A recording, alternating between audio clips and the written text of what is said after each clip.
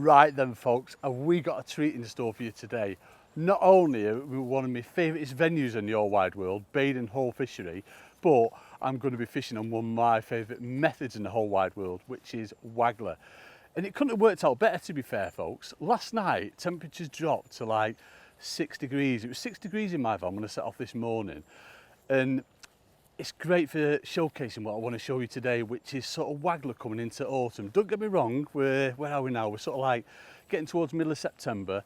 It's still going to be sort of red hot through the days, but it's these cold nights. What happens with the fish? They tend to want to feed up a lot, because obviously the next thing on the agenda is obviously the winter slumber and sort of like hibernating. So what these fish, certainly the skimmers and the roach, need to do is feed up. So hopefully I'm going to target some of them. I'm sure we'll get some smaller fish, maybe the odd carp, but certainly on this pool here, on Lodge Pool, there's lots and lots of decent skimmers up to sort of 4 or 5 pound in weight, loads of roach in that.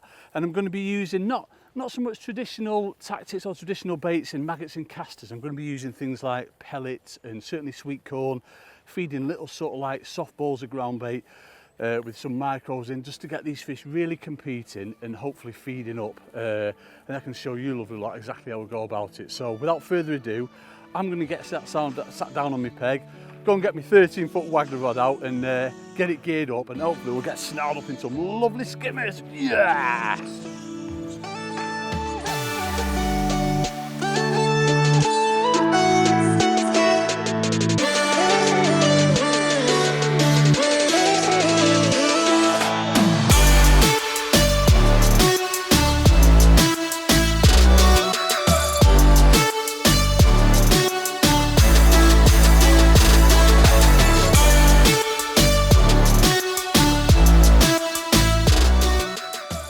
Right then folks, so here we are then, we're all set up, and we're going to talk you lovely lot through exactly how I'm going to approach these wonderful fishes today here at Baden Hall.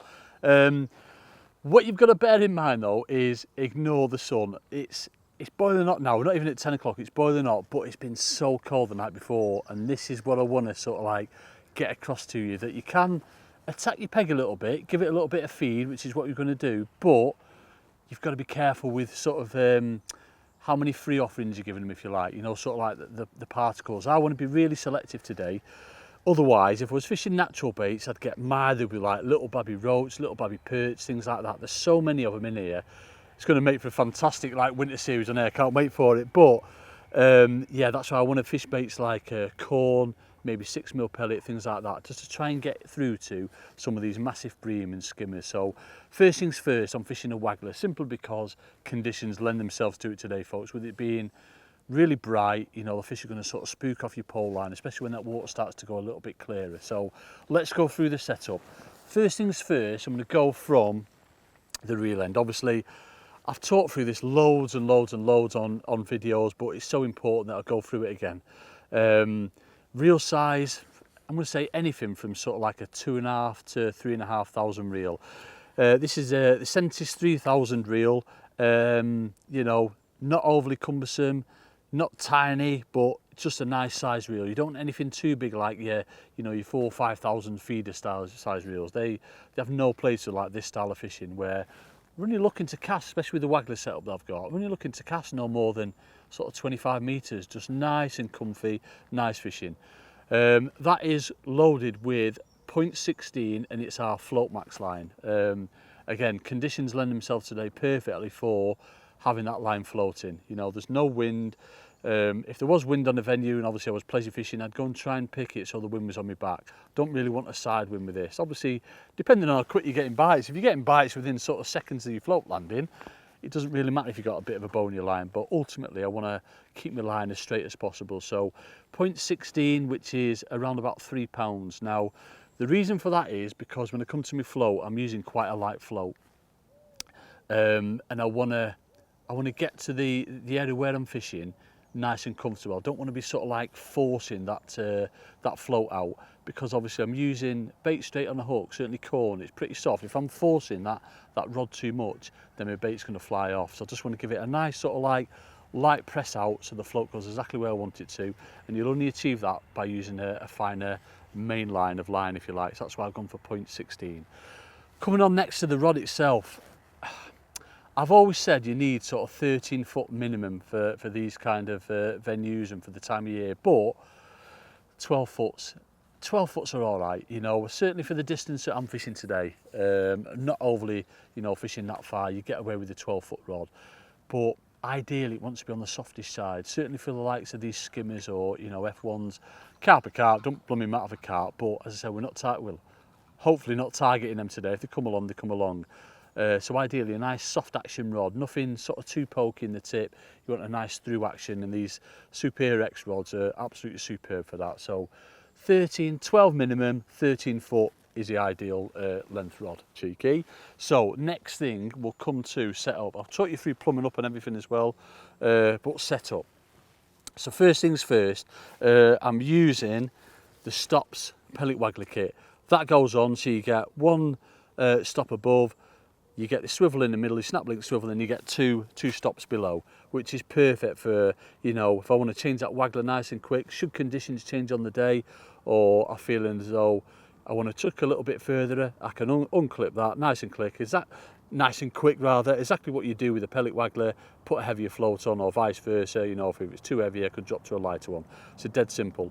And also the beauty of them is you can move them nice and easy on your line to change depth. You know, if the fish are feeding through the water, then obviously you can knock depth off, and so on and so on. Now coming down the line, so it's set at the minute around sort of 4.5 foot, which is plumb to depth, but I want to go through plumbing with you shortly. I've got 3 number 8s. Number 8 now stocked and not shots. You know, obviously I'm massive for using shots on my pole rigs, you know, when I've got them like nice spread, where I don't want them to move. But with waggler fishing, plumb and neck, I might be changing my depths multiple times throughout the session. So what you've then got to do is move your shots, obviously for it to register bites or if fish are feeding through the water. And I do like to use quite positive shots, certainly for this time of year, and obviously with the bait that we're on. So I've got 3 number 8s. I've got one there, which is what, probably 2.5 foot from my hook. One there, 10 inches below that, I've got another number 8, and then 10 inches below that rather, I've got another number 8, and I've got my hook length on, which is, folks, let me just put that rod down so I can show you. You know how we don't like to mess about here. So I've got a 14's GPM 2.15. I've got one of them on. I've also got some SFLBs, which are on 0.13, but 14's hooks, I'm not bothered. You know, the fish, they're still feeding, you know what I mean? It was red hot sort of last week, but it's only just starting to come colder. But this video in particular is like how you go about targeting it when we do get proper into sort of like autumn. You know, you get them really cold nights, you can still get away with sort of like bigger standout baits. So that's why in turn I want to use a bigger hook. I don't want to be using sort of like 18s and 16s, 14s, 12s even, you know what I mean? Get lots of maggots on there, get, you know, a bigger piece of corn, and get like a, you know, if I was using pellets, I'd be on a banded pellet. So don't go too sort of like small too early. Mainline makes a massive difference. That's one of the things you've got to consider, obviously, because I'm only using a light float, because I'm not casting it far. And obviously the other things is obviously reel size and your rod. If you get all them combined nice, and you'll not have a problem at all. So that's the setup. I'm not doing anything complicated. What I will say is we'll probably do this towards, as the session progresses, is I'll move around with these shots. I've got them spread at the minute, but what I'll do if I really want to get down to where the fish are nice and quick, as I say, I'm not really interested in fishing through the water. You know how much I love fishing shallow, but I want to fish on the bottom for these fish. So if needs to, and this is the beauty of stocks, I can move them down. I can have, you know, a little tiny bulk of 2 number 8s there, my dropper, or if that's not positive enough and I'm still not seeing the bites, then I'll just move all them number 8s down just to above the my hook length there, which will be about, what, 7 inches or something like that, so I can fish really positive and really detect them bites.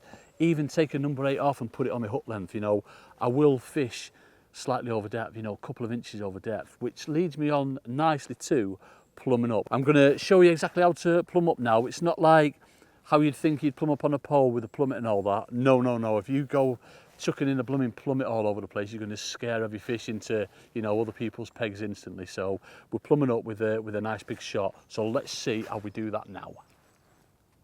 Right then, the all-important plumbing up. But how dare I not mention what kind of wagglers we're using before? Just forgot all about it, folks, innit? Right, so what you've got to consider this time of year, I mean, obviously all times of year, I love using, certainly for this style of fishing, traditional fishing, insert wagglers.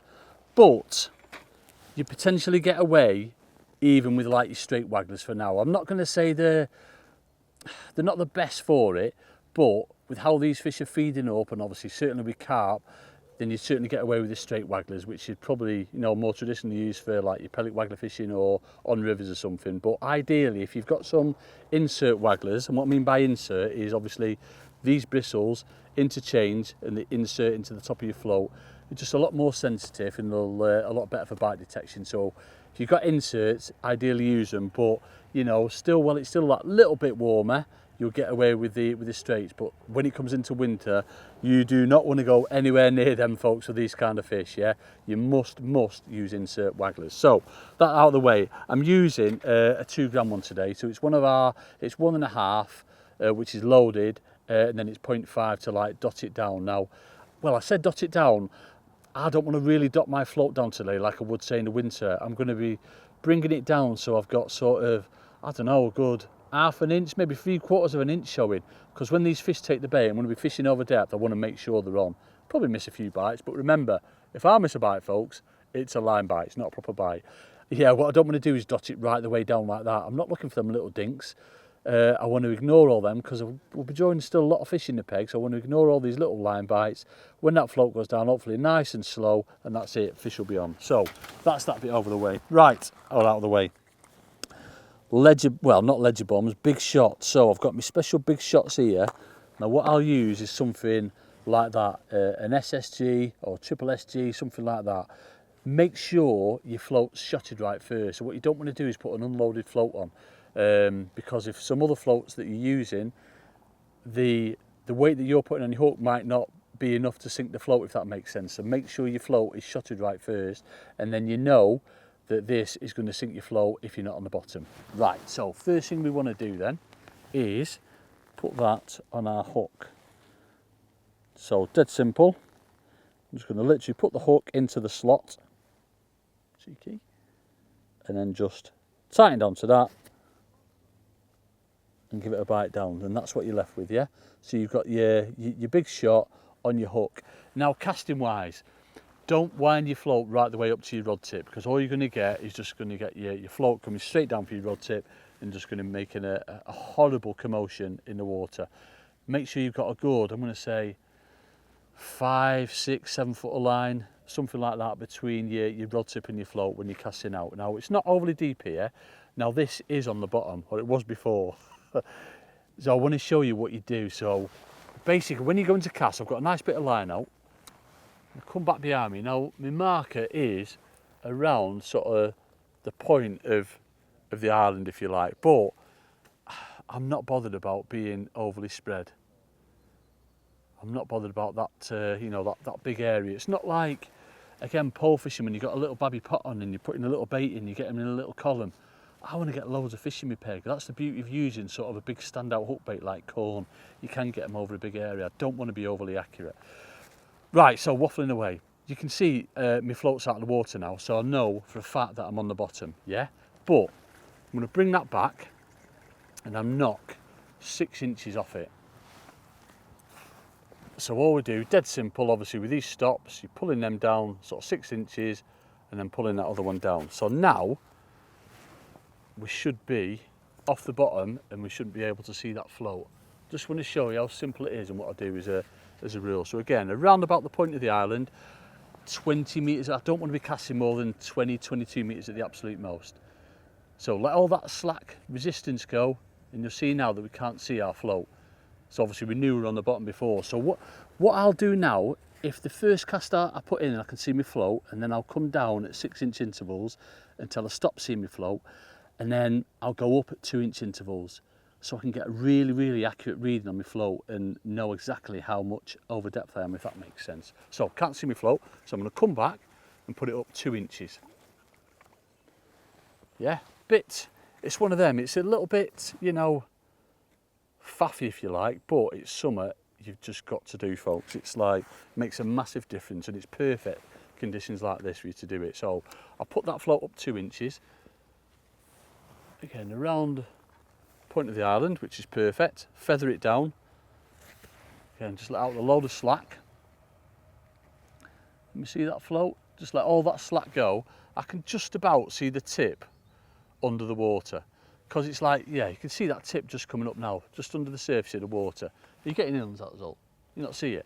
It's literally just under, probably about an inch under. So if I put another 2 inches on that, then I'll be able to see that float. I say it's perfect today. Obviously we've been bright and probably got about 10 inches of visibility in the water. I can see that blooming yellow bristle really clear. So if I put that up another 2 inches, 100% I'll be able to see me float this time. And cast it out again, and in that same area. On there, point of the island, 20 odd metres. Let all that slack go. Just let that line sort of like come back against itself. Then you can see now, we can see that float. Yeah, you got on that result? He's on it, the lad. So, nice straight line, point of the island. I know that I'm fishing over depth. So before, it was just under the surface, so we're probably like an inch off. I've gone 2 inches more, so that means I'm an inch over now. I'm going to put another sort of 2 or 3 inches on that because I want to make sure that I've got a lot of line on the bottom. I'll probably have that, well, I will have that much bristle out, so that when a fish takes that bait, I know that it's on, if that makes sense. So we know we're on the bottom there, about an inch over, but I want to be more than that. If it was windy and there's like toe on a venue, folks, I'd go, blooming heck, full float, you know. You go right over depth, depending on obviously how the fish are having it. So that on there, so I'm going to put that up another sort of 2 inches and then put my shots up to it. So I know now that I'll be roughly sort of like dragging 3 to 4 inches of hook length on the bottom. Now 6-inch hook lengths, obviously videos that I've done in the past, certainly for like, you know, winter style fishing for catching everything, like hopefully we'll do today, you'll have known that I do like to use longer hook lengths, 10-12 inch hook lengths. Again, for this style of fishing, you know, where we want to be a little bit more positive and using different baits, then that's why I'll use a short hook length. As soon as a fish picks that bait up with a big hook, I want it to sort of like jolt off a little bit, and that's why I'm fishing a lot of line on the bottom, so it's going to give me the best chance of hitting bites. Remember, don't miss proper bites. And that's what it's dead simple. The only thing that I will play around with, not much, probably depth today, not unless we're getting like, you know, a few liners or maybe foul up fish, then I'll come a little bit shallower. If I feel I'm missing bites, and I'll go a little bit deeper. The main thing that I'll play around with is probably these shots. You know, if I'm not seeing the bites quick enough, then I'll quickly move this dropper shot down, that third one, bring it into me, the middle one, and then if I'm still missing bites, I'll bring them all down and put them right on my hook length. Similar to how you'd like, you know, fish with a pole rig, you know, nice and positive with shots right down near your hook length, so you're seeing them bites as soon as they happen. That's it for plumbing up, you know, dead simple. I'm ready to fish, but before I do, we're going to go through bait. So we just go through bait now, so we don't need a separate one for that, do we? Yeah, let's go through bait. So what I've got is I mean, ignore the 6mm pellets in this, but basically Super Crush Expander ground bait for me, folks. Certainly on these kind of venues where you just want sort of like the scent of that ground bait bringing the fish into your peg, and you don't want to overly feed them up because you want them to pick your hook bait out, the Sonybait Super Crush Expander is probably the bestest ground bait in the whole wide world. I absolutely adore it. As I say, ignore the 6mm pellets. Basically what I do, I get 2 level fill tubs with the ground bait first, and then it's exactly the same amount of water. So 2 lots of ground bait, 2 lots of water, leave it for sort of like 20 minutes, half an hour, give it a mix through, then put it through a 4mm riddle, and that's what you're left with. You're left with a lovely fine, but like really sort of binding mix. Basically, when I'm binding my mix, I'm using these fingers, so I'm getting sort of like an accurate ball. Cheeky, I'm getting an accurate ball all the time. Yeah, there's going to be some wayward ones today, folks, but as I say, I'm not overly bothered. Basically, I'm using them fingers to come into the ground bait, to give it that initial squeeze, and then I'll mould that into a ball. So it's roughly, I mean, it's a big grape in it, but it's like, I don't know what kind of fruit you'd sort of like resemble that to. Kumquat? I don't know. It's like a big grape. It's that kind of thing, but like grape size to sort of like extra large grape size. That's what you want. You don't want anything too big or nothing too small, but basically once that hits the water, it's going to pretty much explode on impact, but it's the scents and the particles. And the other thing that I've got in there is, as I was saying about the particles, is some 2mm micros. Now what I did with them, as soon as I got here, soaked them for sort of 50 seconds to a minute in the water, Took them out and that's it, they're good to go. Not interested in binding them into a ball or anything like that. I just want to add them to my mix of ground bait so it keeps them fish sort of grubbing around. And then the other thing I've got is obviously our beautiful corn. I hook this different when I'm fishing on a Waggler to how I would hook it on a pole, which will go through, but basically I'm not going to be feeding hardly any of this. I'm going to be firing in sort of like 10 to a dozen bits of corn every maybe 15 minutes. I really want them to pick my hook bait out. That's why I'm not overly concerned about obviously the ground bait going in. It's that initial, they hear the noise and they sort of like coming into your peg. It's the scent of that ground bait, the micros get them feeding, but then when they see that big bright yellow piece of corn, it just stands out over anything and they just nail the bait. It's a fabulous way of fishing this year, I absolutely adore it.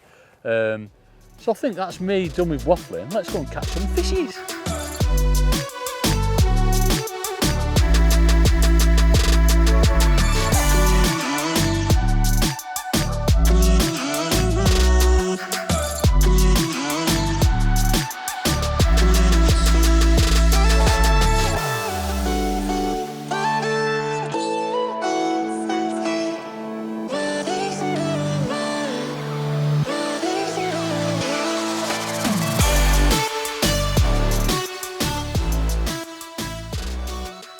Right, can't wait for this then, folks. I've got fish fizzing on the bait. I put a little bit of bait out, probably put around 20 grains of corn out, and I'll give it 4 sort of like the, what did we say they were, like a kumquatty big grape sized bowls of a ground bait with a few macros in. Typical though, folks, as on cue, literally the wind has just got up. So what that's going to do to presentation, who knows, but hopefully we'll be able to catch you some skimmers early on. Now, as you remember me saying, you won't be able to see from there, but I hook my corn on the Waggler slightly different. So when I'm fishing on the pole, I hook it through the side, so my hook's really exposed. But when I'm fishing with the Waggler, I hook it right down the middle, so the corn's landing sort of straight, but your hook's out the other way, if you like. It just seems to hold on a lot better. You won't be able to see from there, so I don't even know what I'm showing you. But right, here we go then, first cast. First cast, point at the island, feather it in. I mean, I'm not overly bothered about feathering it, to be fair.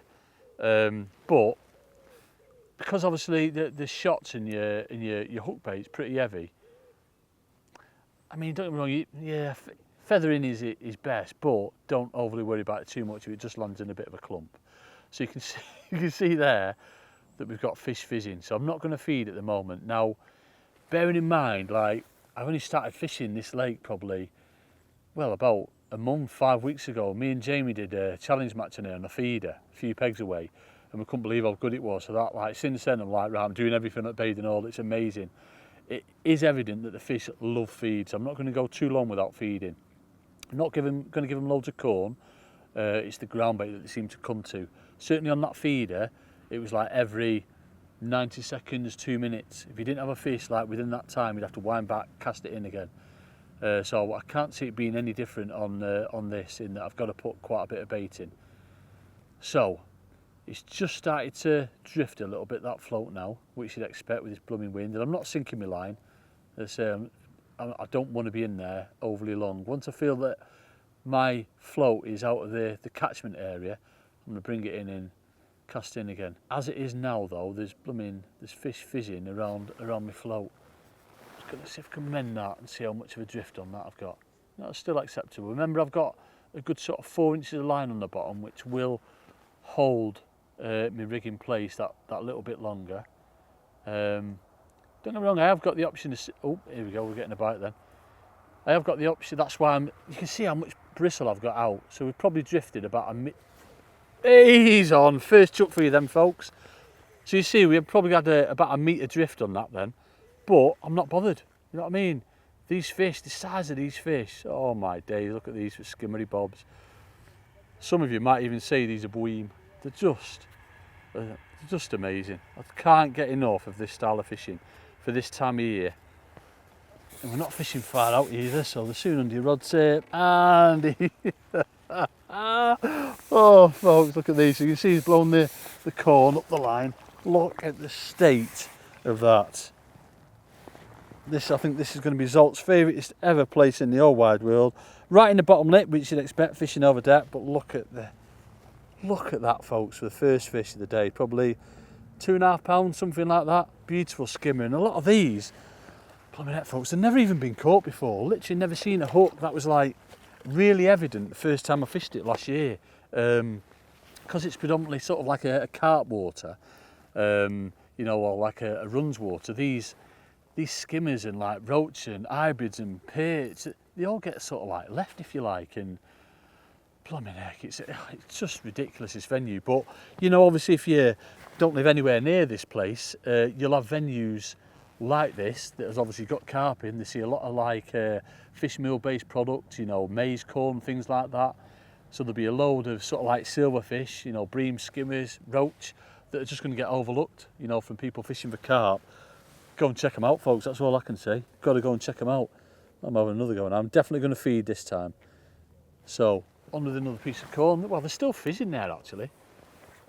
And it didn't make much commotion. So he's drifted, it's probably about a metre from where I want to be that, but that's where I had that last fish, so I'm going to leave that and see what happens. Obviously at the minute I've got them shot spread to give me an option of potentially catching through the water, although number 8 stots, so they are going to sink pretty quick, and it's only sort of like 4.5 foot deep, no more than 5 foot certainly. But yeah, I'm just going to leave it that little bit longer. So put a little bit of bait in. I don't think you can overdo it though, folks, you know what I mean? I really don't. I'm pretty convinced that if you just wellied loads of casters in, you'd end up catching these shallow. It's just ridiculous. But obviously for the time of year that I want to sort of focus on, that autumn time, you know, when everything does start thinking about shutting down and it's going a bit colder, the water starts to go a bit clearer, these tactics work so well. Certainly rod and line gets away from the fact that obviously clear water, the fish can't get spooked off the pole over their heads, if you like. But it's just that way of feeding, you know, introducing that ground bait. Not so much little and often, because sometimes they'll want it. You know, if I don't get one this time, I'm definitely going to feed next time. They'll want it all the time. With a bit of particles in to keep them grubbing, and then obviously your big standout hook bait over the top. So as I say, corn wise, I'm going to feed 10 to a dozen grains every 10 or 15 minutes. I've got something swirling in my peg there. It's not a carp, it's a big skimmer or hybrid or something. Yeah, grains of corn every 10 to 15 minutes, and then a ball, I don't know, every sort of, probably every other cast maybe, every sort of 4 or 5 minutes. I'll have to see what happens. Certainly if I don't get a fish this time, I will put another ball in. Now what I'm going to do, oh, another little dink then. What I'm going to do with the ground bait is not follow me float, if you like, because I'm not clipped up. I don't want to be clipped up. I'm not interested in that. I want to cast around the area. I don't want to be like overly accurate, tuck into a clip. Because I'm fishing fairly light, if I took to a clip and hook something like massive, it's shot off, I might not be able to get my clip undone in time. So I want to be casting around the area. And obviously the beauty of venues like this that are pretty silty, they'll give you a good indication of where they are, obviously. At the minute, I'm out of the area where it's, you know, sort of fizzing at the most, if you like. Which, you know, isn't a problem. I still expect to catch fish. That's where I caught that last one from. But obviously it's telling me that the fish are obviously where the fizzing. That's where the main amount of fish are. So I'm not going to leave it overly long before I wind back in and cast it in again. I think that's what I need to. In fact, I'm going to do it now. I'm convinced though, folks, if I just left these, every time I will eventually catch fish. I'll do there. Yes, what I was saying before about the ground bait. Now, I'm not good. Oh, for goodness sake, we had one on the drop then. I wasn't expecting that. Do apologise, folks, got a bit giddy.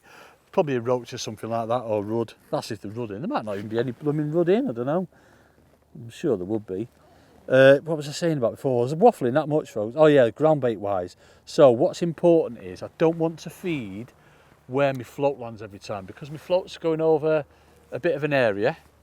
Yeah, I'm not overly concerned about getting my ground bait bang on my float. I want to make sure I'm putting my ground bait in the same spot every time, which my marker is the point of the island.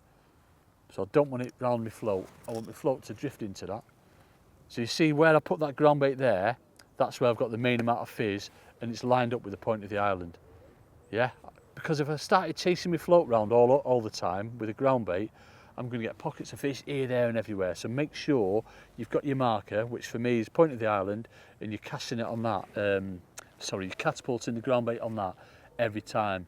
rather than just sort of like ball over here, ball over there, ball past it, ball short, ball left, ball right, that kind of thing. Don't want to be doing that, because the fish should be like, oh, where are we going now? Oh, where are we going now? It's different, sort of like your particle bait, you know what I mean? But with ground bait, where it's only going to sort of like break up into that area, you don't want little pockets of fish everywhere.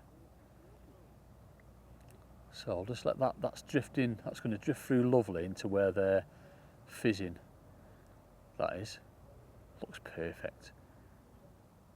It seems weird having sort of like that much bristle out, but you've got to on venues like this. Certainly when they, you know, rock up in numbers, you've got to have a bit of bristle out.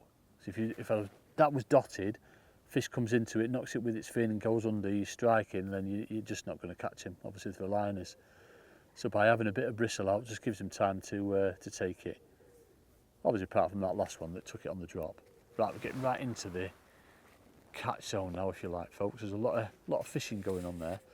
Probably about a metre, maybe 2 metres short of where I first cast it, but not bothered at all. See, that was another skimmer that's up in the water then over me feed. God, it's mad this. It's just venue-wise, folks. I just can't tell you how good it is. Look, another little bit of a fizz there. Oh, here we go, here we go. This is what I mean about fishing over depth. You know, there's one on your hook bait, or you know, one around your bait. You know, that little bit of a dink then. So if you're fishing any finer, we'd have struck at that. Oh, yeah. See what I mean? Yeah. So make sure you're fishing over depth and get a lot of bristle water, and then you don't miss them. Oh my days, folks. I am in heaven. It is just, I can't tell you how much I adore this style of fishing. It's absolutely brilliant. And obviously if we did catch something like great big and carpy, if we're not fishing overly light, you know, got 0.15 mainline on, big hook, then it just gives you every chance of getting them in. You know what I mean? Yeah, boy! What I would say, a nice long landing net handle. You know, when you're fishing on shallower venues like this, don't use your sort of 2 and 3 metre handles that you'd use for, you know, sort of like maybe a traditional sort of shallow, beautiful skimmer, that pound 12 or something, that you'd use for like your carp fishing with your short kits. You want a nice long, ideally 4 metre handle, because of your longer rods and, you know, shallower water.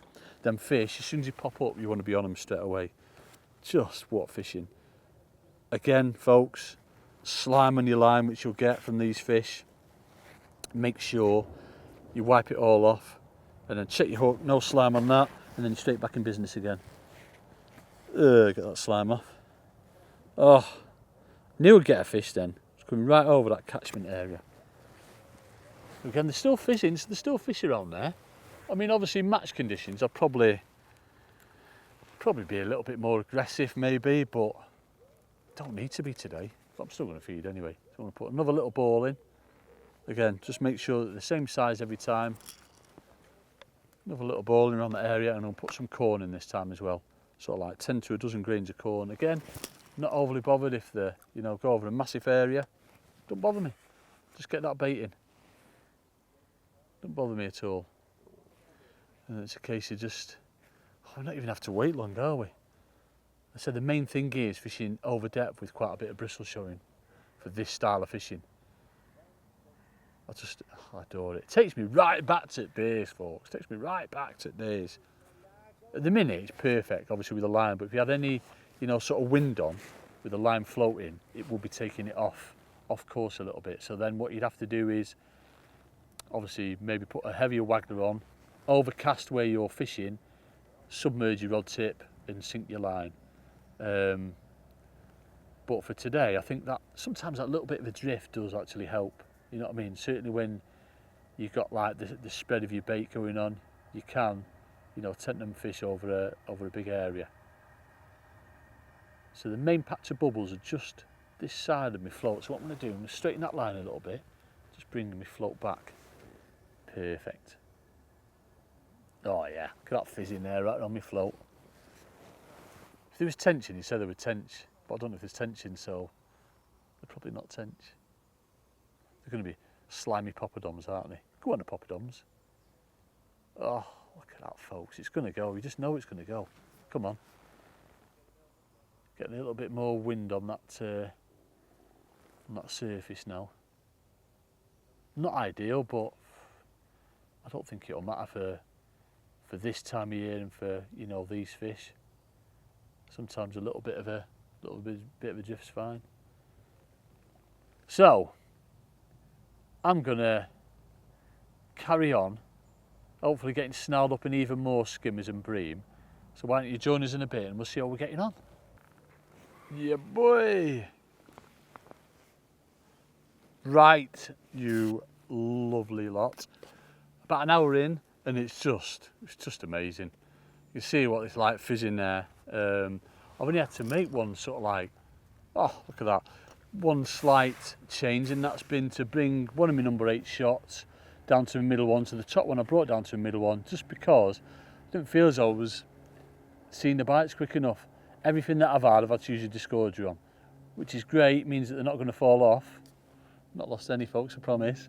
But I just want to see them that little bit quicker. And since I've done that, I've been hooking them in the mouth. Still getting the odd one discorder, but it's just been amazing.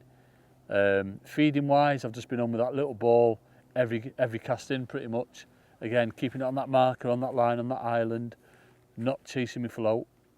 And then I've not done anything different with the corn. I've not tried banded pellet or anything like that yet. I'm sure everything will work, but it's just great fishing corn because it does stand out. Yeah, I've had them to sort of like, I'd say over £3, £3.5 maybe. The biggest one I've had just jumped out of the water, just kept on jumping out of the water.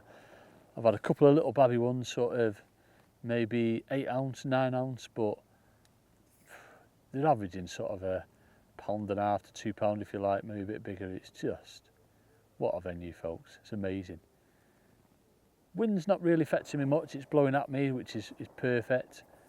I'm sure if I'd fished it shallow with like blasting casters, and I'd be catching these shallow because there's a lot sort of up in the water swirling. But obviously, look at them fizzing as well. You can see there's loads on the bottom. Incidentally, when that wind is blowing your float back towards you, you'll see me then. I just wound that line back in a little bit because I want to make sure I'm in contact with me float all the time. It's important that you don't really have too much slack line. Ideally, a straight line is like ultimate, best you can get. But if it's just starting to bend out a little bit, it's not too much, but it's when it sort of like comes back on yourself at this end, you're picking up too much slack line. So again, I'm just winding in a little bit more, just to make sure I'm in contact with the float. So you see, it's just starting to creep out a little bit now. That line's getting blown out to my left, which is not what I want. And I'd say I'm a little bit short now, so bring that out and cast it in again. Just short of where I've been feeding that main amount of ground bait, if you like. So I'll just go a little bit further out. That's perfect. Bring that back a little bit. Lovely. I'm going to loose feed some corn this time. I've not done that for a bit. I'm just going to put sort of like 10 to a dozen bits in. There we go. You can see the spread I've got on that corn. Yeah. Don't bother me in the slightest. Where that float is now is exactly where my ground bait's been going. So that's what we want. Just tighten down to that just to move that float a bit. Just make sure I'm in contact. There we go. That looks fishy out there, folks, doesn't it? That's got to go, that. Oh, there we go. So again, all them little knocks in that's why, you know, we've got line on the bottom and we've got more bristle out. So we're not striking at them false bites, them liners. When you strike them, when we get that knife, slow bite. Go on then. Go on then. Oh, here we go. See what I mean? Yeah, nice slow bite, and he's on. Oh, that's what it's been like. That's what it's been like, folks. It's just... Oh, best wear fishing ever. I say that about everything though, and I always say that, don't I? But can't get enough of this. Look at them beauties. That's what they've been like. I've had a couple smaller, but most of them have been sort of like that. But this is... they're a bit blooming angry. I'm going to say this is, since I've changed that shot in, we're hooking them much better. You know, I'm not having to use the discorder. Everything's been in the bottom lip, and it's all because, I'll show you what I've done. Just wipe myself up because it's a little bit messy. Show you what I've done. So basically, that shot, one of them number 8s was up there. I've brought that down, so I've got 2 together now. I'll probably get away with all them on my hook length, but at the minute I don't feel as though I need to change anything. So what's that? It's probably 15, 16 inches away maybe, and then I've got my other number 8 stock, which is still just on my loop to loop, and it's been much better since I've done that. Not changing around my depth, I've not had to. Just sticking it the same bit of corn, up through that top.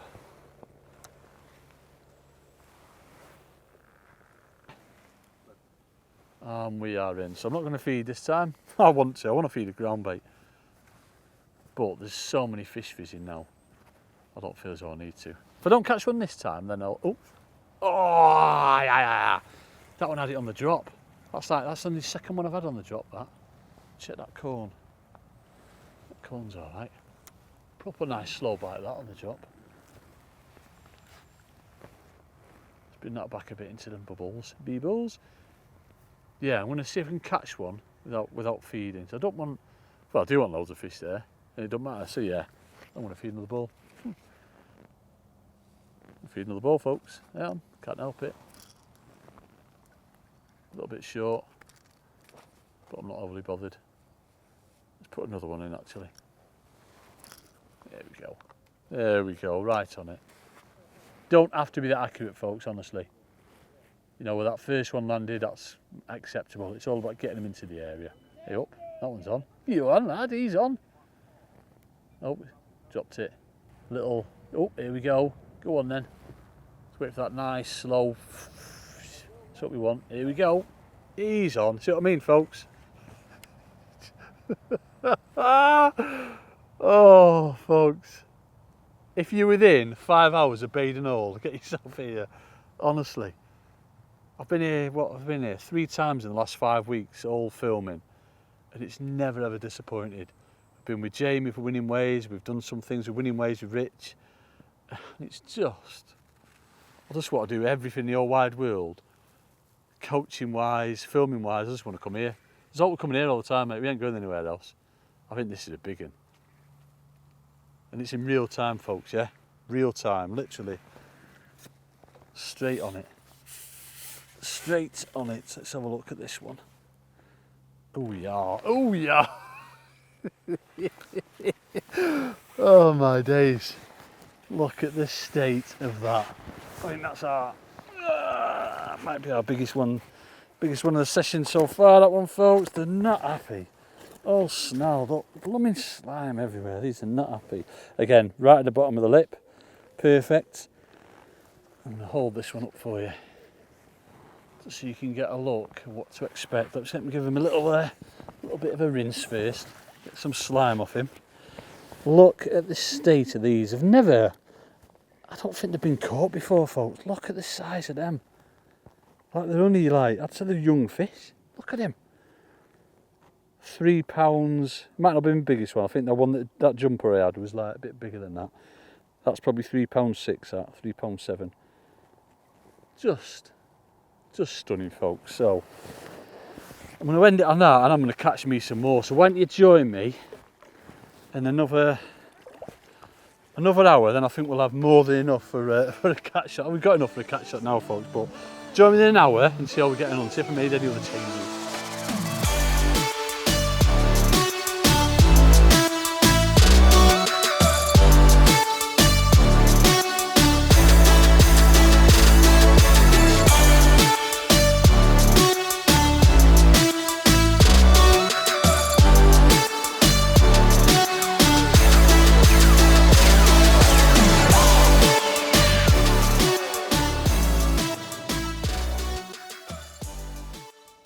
So then, folks, since the last time you joined me, it's been pretty much business as usual.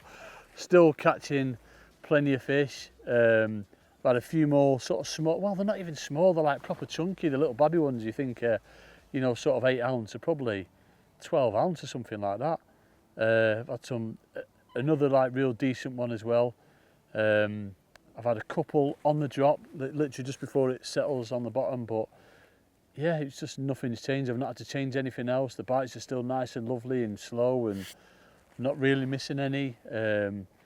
is noticeable that they're definitely coming to feed more. So every time I every time I cast in, I'm giving it a little ball over the top. Not feeding any more corn or anything like that. That's still getting fed at the same rate. But it's just been phenomenal. I've only fished for probably a couple of hours, and you know what I mean. I think we had enough for a catch shot about an hour and a half ago. It's just been amazing, folks. I can't tell you how good it is.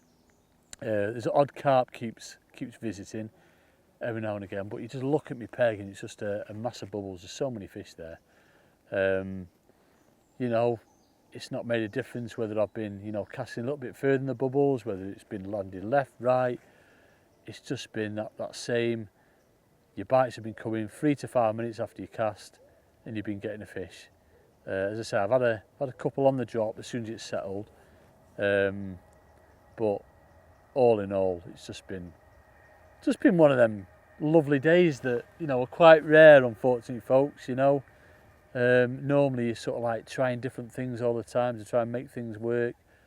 I've literally had to change one thing today, and that's move that top number 8 stop to my middle number 8 stop, and that's it. That's all I've done.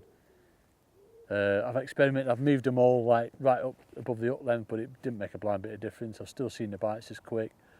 So I've just gone back just so it looks like a little tiny bit more natural as it's falling in. I've just moved back to that. There we go, right on cue. 3 minutes in after we casted, we got another one on. It's just, can't say anything more about it, folks, really. There's so many fish there, it's ridiculous. I thought I'd have had like a few more, you know, maybe foul lookers and that, just with how many are there, but it just shows you the sign of how healthy and hungry the fish are, that they're just nailing your bait. You know what I mean? They're like proper welly and everything. This feels another good on this one. Tell them good ones, you always keep nice and low. Oh, yeah, I said it ages ago. I said, we've not lost one yet, have we? And blooming typical on camera, which it always is with me, folks. I have one fall off, but it's not bad when it's your first one that's fell off, is it? You know what I mean? But it's not ideal. But anyway, we're not bothered. We're not bothered with pleasuring. Now, if that was in a match, though, because that was a bigger fish, that I would not be as calm as what I am. So, cast in. I'm going to put some ground bait right over the top. Watch that float through, because I have had a few, as I say, on the. Oops, he's going to be keeping that. I've had a few on the drop. Oh, look at that one for you, folks. Right on the float. Definitely expecting a bite on that. But again, I've not been, you know, chasing it around. I've been putting that ground bait on the same spot every time. Once you get into that rhythm of making the same or around the same sort of like weight and size of ball, and you get your marker in the distance and what you're aiming for and the same catapult height, you're bringing the pouch back to the same spot every time, it should theoretically go in that same area every time. Obviously it'll take a bit of experimenting, but the beauty of that ground bait over, you know, sort of like your loose feed, if you like, is you're really sort of zoning them fish in. But the beauty of that super crush, you're not overfeeding them, so like they're sort of coming to the scent, but there's no real food particles in there for them, other than the odd, you know, little bit of myco that I've put in, which keeps the fish grubbing. But the biggest thing that for them to eat there physically is obviously the corn, and that's why you just go a little bit more careful with the corn, not sort of like wellying loads of that in, although I'm sure it'll blooming work today on here. And then the fish pick it out even better. It's just brilliant way of fishing. Not something I've done for ages, you know, but it is so good. Proper takes me back. That wind's just starting to blow it out a little bit more now. Anything more, then I will give that a recast. But at the minute, it's probably, yeah, a couple of foot away from where I first cast in at the minute. But remember, as I say, that scattering of that corn goes over a bigger area. And I think that's why, well, I know it's why we're not foul looking any, because we're obviously picking the fish off. Brilliant way of fishing. Even the likes of, you know, changing float size, I've not had to do anything like that. The wind's not really affected us, to be honest. But it's something to, oh, yeah, there's something there now. That's something to bear in mind though, folks, you know. If that wind is a problem, heavy float on, overcast, sink your line. That will make a big difference. It's started to drift back the other way now into where I put that ball. So it's little fish around under the surface, and then the last time we fished we caught some real decent perch, you know, sort of like up to 1.5 pounds, and that's them. I'm sure that's them chasing the fry, but there's definitely been some sort of skimmers and bream under the surface as well. Obviously carp. There's something around my bait now. That moved a little bit then. Go on. Come on the poppadoms. And always tell when you need to top up as well, because the fish stop fizzing. Still odd sign there. I'm just going to bring that back a little bit. Sometimes that as well, giving it a little bit of encouragement, can induce a bite.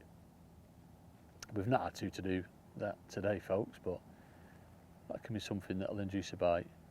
Certainly on more natural baits. Definitely not had to go down the natural route either. Maggots, worms, casters. As I say, I don't want to get mad with them small fish. I want to be selective. Come on. Here we go. Come on. There's a one there. Bit of encouragement.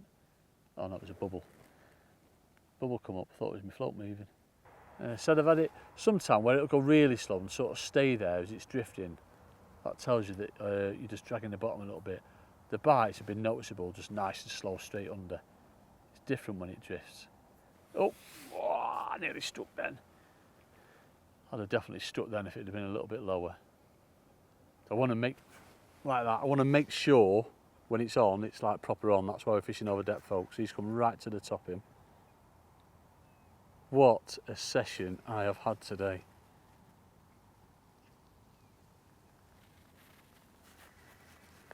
What a session. Let's reverse off. Another decent one. I think it's wrapped itself around the line, is it? Or is it just a big one? I think it's wrapped itself around the blooming line, this one. Oh no, it's just a big one.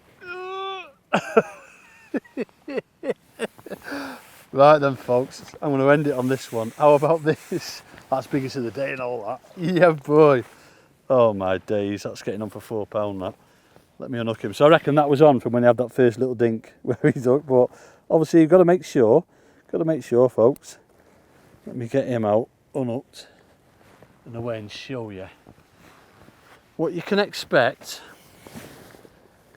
Look at that. That is £4.